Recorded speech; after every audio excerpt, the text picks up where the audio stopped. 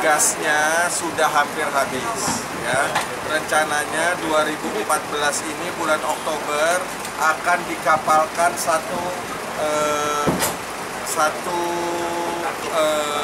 istilahnya satu kargo terakhir yang akan dikapalkan untuk dikirim terakhir.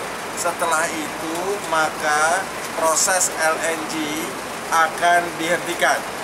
Nah, karena ini fasilitas negara, ya, itu kalau nganggur kan saya.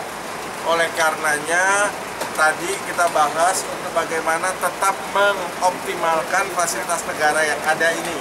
Ya, tadi disimpulkan bahwa fasilitas negara ini akan tetap digunakan untuk digunakan sebagai proses regasification atau melakukan regas kembali dari LNG yang akan didatangkan dari Tangguh, ya, dari Tangguh didatangkan ke sini, lalu setelah itu diregas kembali dan dialirkan dalam bentuk pipa, ya, menuju ke Belawan Medan.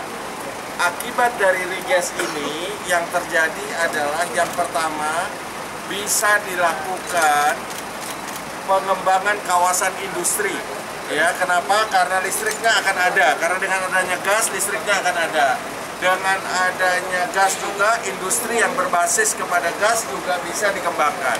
Jadi kita berharap nanti kawasan Arun akan menjadi pusat pertumbuhan ekonomi baru berbasis industri.